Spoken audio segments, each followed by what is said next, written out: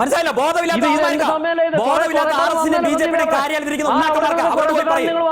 നിങ്ങളെ സൗണ്ട് കുറച്ചിരിക്കാൻ പറഞ്ഞു. അവരോട് മര്യാദ സംസാരിക്കാൻ പറയണം. ഈ ചർച്ച കണ്ടുകൊണ്ടിരിക്കുന്ന BJP-കാർക്ക് എന്തെങ്കിലും സംശയം ഉണ്ടെങ്കിൽ ഒരു പെന്നും പേപ്പറും എടുത്തിരിക്കാം. കുറച്ച് കാര്യങ്ങൾ പറയാനുണ്ട്. ഒന്ന്, ഇന്ത്യൻ സൈന്യത്തിന്റെ ശേഷിയിൽ ഒരാൾക്കും സംശയമില്ല. കാരണം കോൺഗ്രസ് ഭരിക്കുന്ന സമയത്ത് 3 തവണ നേരിട്ട് പാകിസ്ഥാനുമായിട്ട് ഏറ്റുമുട്ടിയിട്ടുള്ളതാണ്. ആ 3 തവണയും പാകിസ്ഥാനെ സമ്പൂർണ്ണമായി പരാജയപ്പെടുത്തി. 71-ൽ 93,000 പാകിസ്ഥാൻ ഭടന്മാരെ ധാക്കയിൽ വെച്ച് കീഴടക്കി ബംഗ്ലാദേശ് എന്ന് പറയുന്ന പുതിയ രാഷ്ട്രത്തിന് ഇന്ത്യൻ നാഷണൽ കോൺഗ്രസ് ഭരിക്കുമ്പോൾ രൂപം നൽകി ആണല്ലോ. ഇവിടെ BJP-യുടെ പ്രതിനിധി പറഞ്ഞ ചില ചോദ്യങ്ങളുണ്ട്, അതിൽ ചില മറുപടികളുണ്ട്. അതിൽ കുറച്ച് വിശദമായി പറയേണ്ടതുണ്ട്. 3 തവണ നേരിട്ടുള്ള യുദ്ധം, 4ാമത്തേതായിരുന്നു ഓപ്പറേഷൻ മേഘദൂത്. സിയാച്ചിൻ പിടിച്ചെടുത്തു നടന്നിട്ടുള്ള കാര്യമാണ്. പാകിസ്ഥാന്റെ കയ്യിൽ നിന്ന് പിടിച്ചെടുത്ത സ്ഥലമാണ്. ഇവിടെ BJP-യുടെ പ്രതിനിധി പറഞ്ഞ കാര്യം എന്താണ്? ഞാൻ അദ്ദേഹത്തോട് ചോദിച്ചു, എന്തുകൊണ്ട് POK പിടിച്ചില്ല എന്ന് ചോദിച്ചു. POK പിടിക്കുമെന്ന് പറഞ്ഞത് കോൺഗ്രസ് ആയിരുന്നില്ല. POK പിടിക്കുമെന്ന് ആവർത്തിച്ച് തെരഞ്ഞെടുപ്പ് പ്രചരണ സമയത്ത് പറഞ്ഞുകൊണ്ടേയിരുന്നത് അമിത്ഷായും രാജ്നാഥ് സിംഗുമായിരുന്നു. അപ്പോൾ POK ഞങ്ങളുടെ ഒബ്ജക്റ്റീവ് ആയിരുന്നില്ല എന്ന് പറയുമ്പോൾ BJP ഈ ദിവസങ്ങളിലായിട്ട് സ്ഥിരമായിട്ട് ഉന്നയിക്കുന്ന ആക്ഷേപമുണ്ടല്ലോ.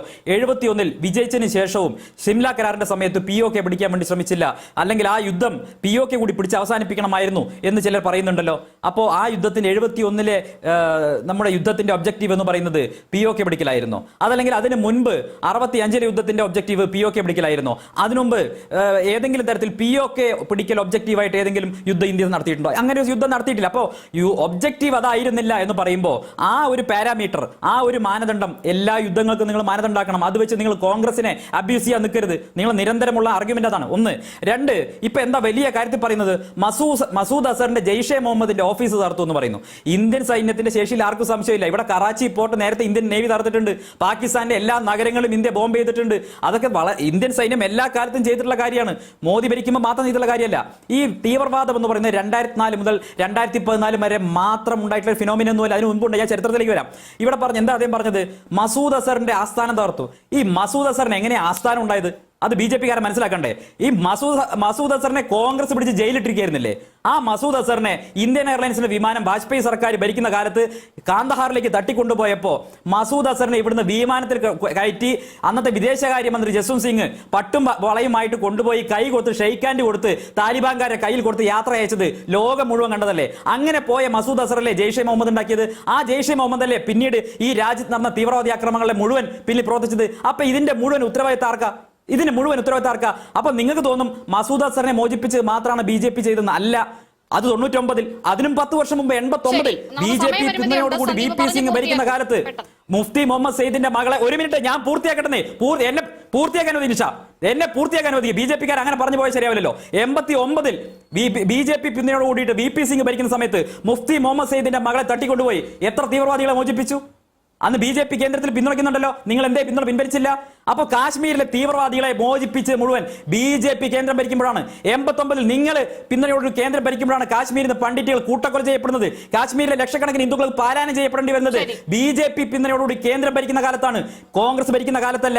നിങ്ങളാണ് ഈ രാജ്യത്തെ തീവ്രവാദത്തിന്റെ മുഴുവൻ ഉത്തരവാദികൾ. പിന്നെ 1998 മുതൽ 2004 വരെ വാജ്പേയി സർക്കാർ ഭരിക്കുന്ന കാലത്ത് ഇന്ത്യയുടെ പാർലമെന്റ് ആക്രമിക്കപ്പെട്ടില്ലേ? എന്തായിരുന്നു നിങ്ങളുടെ മറുപടി? എല്ലാം ശരിയല്ല നിഷ, ഞാൻ പൂർത്തിയാക്കട്ടെ. ചെങ്കോട്ട ആക്രമിക്കപ്പെട്ടില്ലേ? എന്തായിരുന്നു മറുപടി? അക്ഷർധാം ക്ഷേത്രം ആക്രമിച്ച് എത്ര ഭക്തരെ കൊന്നു? എന്തായിരുന്നു മറുപടി? അല്ല, പറയട്ടെ, മുഴുവൻ പറയട്ടെ നിഷ, നിങ്ങൾക്ക് എന്താ പ്രശ്നം? ശാബനാജ്, ഇവിടെ ചൂണ്ടിക്കാണിക്കപ്പെട്ടതുപോലെ തന്നെ ഈ പാകിസ്ഥാൻ എന്ന് പറയുന്ന ശത്രുരാജ്യവുമായി മുമ്പും ഇവിടെ ഭരിച്ച സർക്കാരുകൾ പോരാടുകയും വിജയം കൈവരികയും ഒക്കെ ചെയ്തിട്ടുണ്ട്. പക്ഷേ നരേന്ദ്രമോദി അധികാരത്തിൽ വന്നതിന് ശേഷം നടക്കുന്ന ഓരോ കാര്യത്തെയും വല്ലാതെ രാഷ്ട്രീയവൽക്കരിക്കാൻ, സേനയുടെ കരുത്തിനെ പോലും രാഷ്ട്രീയ നേട്ടത്തിനായി ഉപയോഗിക്കുന്ന തരത്തിലേക്ക് കാര്യങ്ങൾ മാറുന്നുണ്ടോ? അതൊരു ഗുണകരമായ കാര്യമാണോ?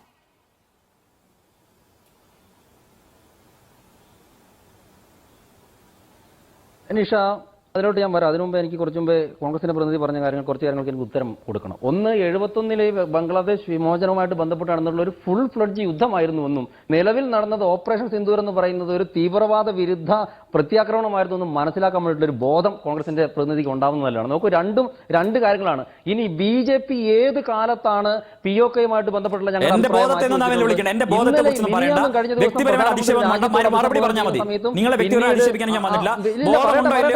ആരെങ്കിലും സംസാരിക്കണം മര്യാദ സംസാരിച്ചാൽ മതി. മര്യാദ സംസാരിച്ചാൽ മതി. വ്യക്തിപരമായിട്ട് അധിക്ഷേപിക്കാൻ നിൽക്കണ്ട. വ്യക്തിപരമായിട്ട് അധിക്ഷേപിക്കാൻ നിൽക്കണ്ട. മര്യാദ സംസാരിച്ചാൽ മതി. കാര്യത്തിൽ മാത്രമായിരിക്കും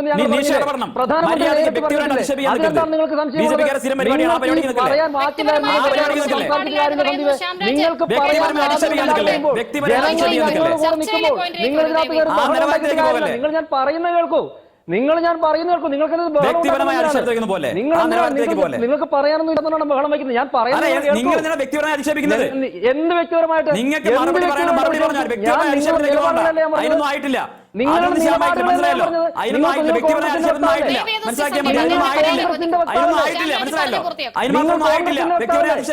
ഞാൻ നിങ്ങളുടെ പാർട്ടിയെ കുറിച്ച് കോൺഗ്രസ്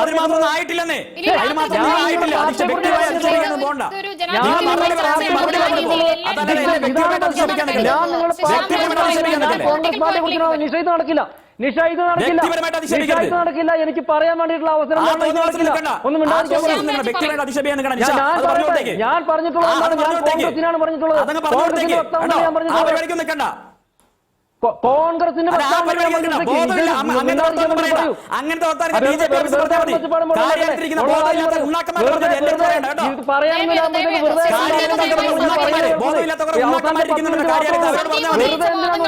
നിങ്ങൾ കാര്യം പറയൂ.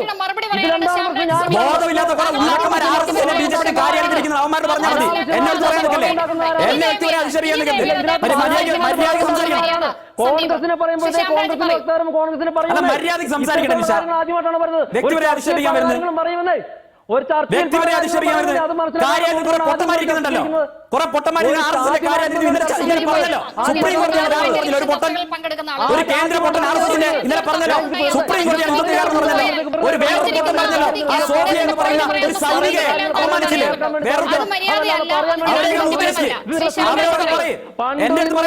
സ്ഥിരം പരിപാടിയാണ്. നിങ്ങളുടെ മന്ത്രി മര്യാദകളാണ്. ഇത് എന്റെ സമയമാണെന്നേ. ഇതെന്റെ സമയമാണ്.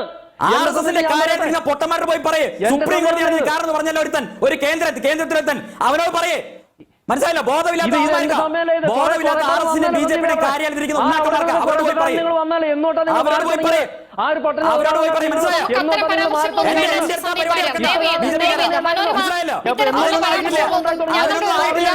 ഞങ്ങളുടെ സ്ഥാപനത്തിലൂടെ ഞങ്ങളുടെ ചാനലിലൂടെ അത്തരത്തിലുള്ള പരാമർശങ്ങളോ നിലവാരക്കുറഞ്ഞ ഒരു തരത്തിലുള്ള പരാമർശം ആരും നടത്തുന്നത് ആഗ്രഹിക്കുന്നില്ല. ദയവേത് വിഷയങ്ങൾക്ക് വസ്തുതകൾക്ക് ചോദ്യങ്ങൾക്ക് ഉത്തരങ്ങൾ മാന്യതയോടുകൂടി നൽകുക. ഇതാണ് കോൺഗ്രസിന്റെ നടപടിയെങ്കിൽ നിഷ ആരാണ് പറഞ്ഞത്? നിഷ ആരാണ് തുടങ്ങിയത്? ആരാണ്? ഞാനാണോ? മനസ്സിലായല്ലോ? പിന്നെ ഇങ്ങനെ ഒരു സൈനിക ഉദ്യോഗസ്ഥയെ മതം പറഞ്ഞ് അധിക്ഷേപിച്ച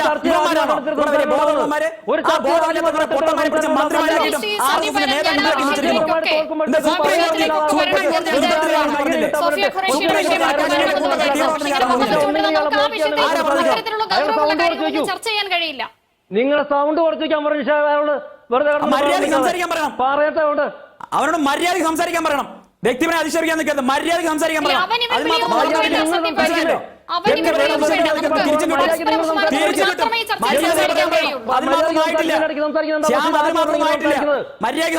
പരസ്പര ബഹുമാനത്തോട് പറയാനൊന്നുമില്ലെങ്കിൽ തിരിച്ചു കിട്ടും. പറയാനൊന്നുമില്ലെങ്കിൽ ഒരു ബി ജെ പി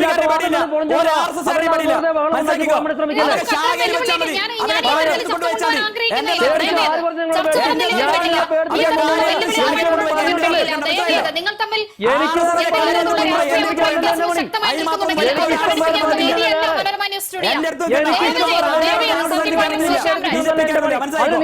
വ്യക്തിപരമായി അധിക്ഷേപിക്കാൻ വന്നിരിക്കുന്നു. നിങ്ങളെ എന്തിനു ഞങ്ങൾ എന്തിനു വേണ്ടിയിട്ട് ആവശ്യമില്ല. നിങ്ങളെ അതിന്റെ ആവശ്യം ഞങ്ങൾക്കില്ല. ഞാൻ പേടിപ്പിച്ചു. മാന്യമായ സംസാരം പേടിക്കുന്നു. മാന്യമായിട്ടുള്ള ചർച്ചയാണിത്. തുടക്കം മുതൽ ആശയവിനിമയം സംഭവിച്ചിട്ടുള്ളത്. വെറുതെ ഒച്ചപ്പാട് എന്റെ സമയമാണ്.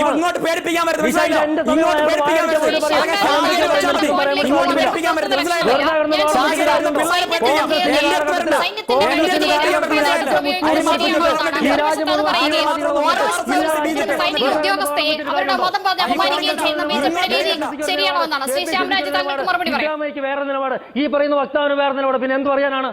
ഇതിലെന്ത് പറയാനാണ്? വെറുതെ പറയാൻ വേണ്ടിയിട്ട് വാക്കുകളില്ലാതെ വരുമ്പോഴത്തേക്ക് ഒച്ചയും പാടം ഉണ്ടാക്കിയിട്ട് പോവാ. ഇതെന്തൊരു മാന്യതയത്? സൈനിക ഉദ്യോഗസ്ഥയെ അപമാനിച്ച ബിജെപിക്കാരൻ, സുപ്രീം കോടതിയാണ് കാശ്മീർ RSSകാരൻ. ഈ ബോധമില്ലാത്തമാരെ കുറിച്ചാണോ ഇവർ പറയുന്നത്? ഈ ബോധമില്ലാത്തമാര് പറഞ്ഞില്ലേ സുപ്രീം കോടതിയാക്കാരെന്ന് പറഞ്ഞില്ലേ? ആരാ പറഞ്ഞു? ജെ നന്ദകുമാർ. മറുപടി ഉണ്ടോ? അല്ലല്ല ശ്രീ ശ്യാംരാജ് താങ്കൾക്ക് മറുപടി പറയാം. ശ്രീ ശ്യാംരാജ് സോഫി ഖുറേഷി എന്ന സൈനിക ഉദ്യോഗസ്ഥയെ അപമാനിച്ചതടക്കം സൈനിക നേട്ടങ്ങളെ രാഷ്ട്രീയ നേട്ടത്തിന് ഉപയോഗിക്കുന്ന നിങ്ങൾക്കെതിരെ ഉയർന്ന വിമർശനത്തെക്കുറിച്ചടക്കം മറുപടി പറയാം. ദയവേത് നമുക്ക് ഇങ്ങനെ ബഹളം വെച്ച് പോകാൻ കഴിയില്ല. ശ്രീ ശ്യാംരാജ് എന്ന് പറയുന്ന ഒരു പ്രദേശം ചൈനയുടെ കാൽ കീഴിൽ കൊണ്ട് അടിയറ വെച്ച് നിങ്ങൾ നെഹ്റുവോ? ആരാണിത് ഉള്ള? നിഷ ഇത് തുടങ്ങിയത് ഞാനല്ല. ഞാൻ വളരെ മാന്യമായിട്ടാണ് തുടക്കം മുതൽ ഈ ചർച്ചയിൽ ഞാൻ പങ്കെടുത്തിട്ടുള്ളത്. ഞാൻ ആ വ്യക്തിയുടെ പേര് പോലും പറയാതെ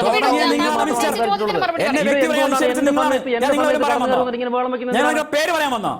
അതിന് മാത്രം എന്നെ നിങ്ങൾക്ക് അങ്ങനെ എന്തോ പറഞ്ഞാൽ മതി. മനസ്സിലായല്ലോ?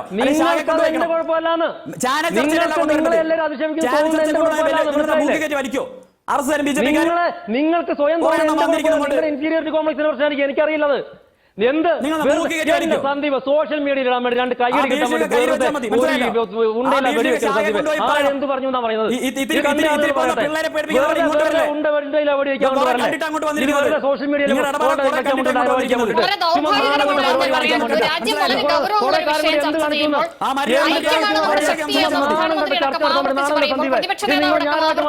ഈ കേരളത്തിൽ എത്ര പേരുമായിട്ട് ചുമ്മാ പറയാൻ വേണ്ടി വരുമ്പോൾ ആശയദാരിദ്ര്യം വരുമ്പോഴത്തേക്ക് വളരെ ദൗർഭാഗ്യകരമാണ് എന്ന് പറയാം. ഈ ചർച്ച ഈ തരത്തിൽ മുന്നോട്ട് കൊണ്ടുപോകാൻ കഴിയില്ല.